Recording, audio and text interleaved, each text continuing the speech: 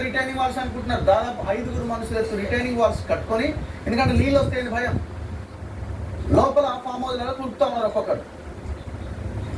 Point ఏంటంటే ఇది మొత్తం 111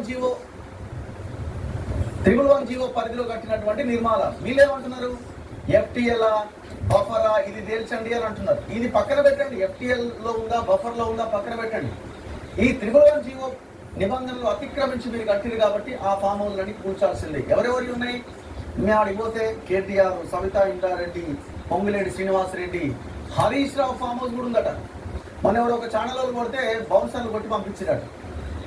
ఆల్రెడీ అన్ని ఫామ్ హౌస్ల వాళ్ళు సెక్యూరిటీని పెట్టుకుంటున్నారు. అక్కడ కెమెరా కనిపిస్తే, మీడియా వాళ్ళు కనిపిస్తే కొట్టండి, అక్కడి నుంచి పంపించేయండి అని. ఇప్పుడు ఆయన ఎవరు పల్లారాజేశ్వరుడి రౌడీజం చేస్తున్నాడు కదా, గుండాలని రౌడీలను పెట్టి ఎవరు పోయినా వాళ్ళని కొట్టిస్తున్నాడు కదా, అట్లనే ఉన్నది. హరీష్ రావుది దాని పక్కన KVP రామచంద్రరావు అట, ఆనుకునే ఉంటాడు రెండు.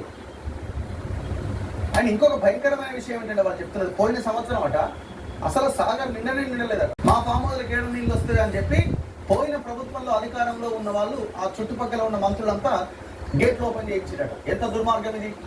ఒకవైపునేమో హైదరాబాద్ లో జనాలు నీళ్లు లేక చేస్తారు, ఇంకొక వైపున మీరు అదే హిమాయత్ సాగర్ లో స్టోర్ చేయాల్సిన రిజర్వాయర్ లో నీళ్లను నింపకుండా మీ ఫామ్ హౌస్లు మునుగుతాయని గేట్లు ఓపెన్ చేస్తారు.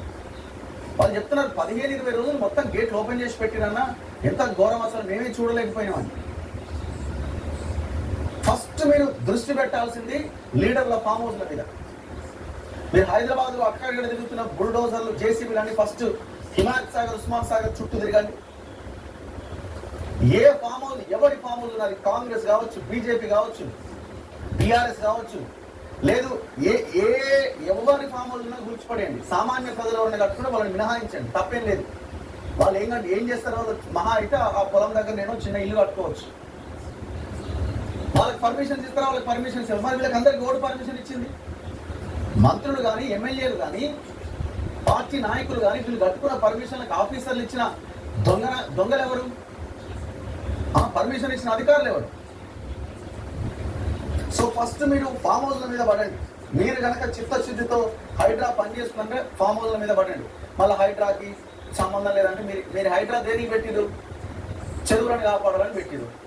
ఉస్మాన్ సాగర్, హిమాయత్ సాగర్ రక్షణ కోసమే 111 జీవో తీసుకొచ్చింది. మరి అయిపోయి, మరి ఆ రెండింటిని కాపాడడానికి ఈ ఫామ్ హౌస్లు అడ్డంగా ఉన్నాయి కాబట్టి వీటిని కూల్ చేయండి. మీ పరిధిలోకే వస్తుంది అది కూడా. దీని నుంచి ఎందుకు తప్పించుకుంటున్నారు? అందుకే అంటున్నాం, మేము అన్ని గైడ్ లైన్స్ రూపొందించి అసెంబ్లీని సమావేశపరిచి అసెంబ్లీలో ఒక చట్టం తీసుకురావాలి.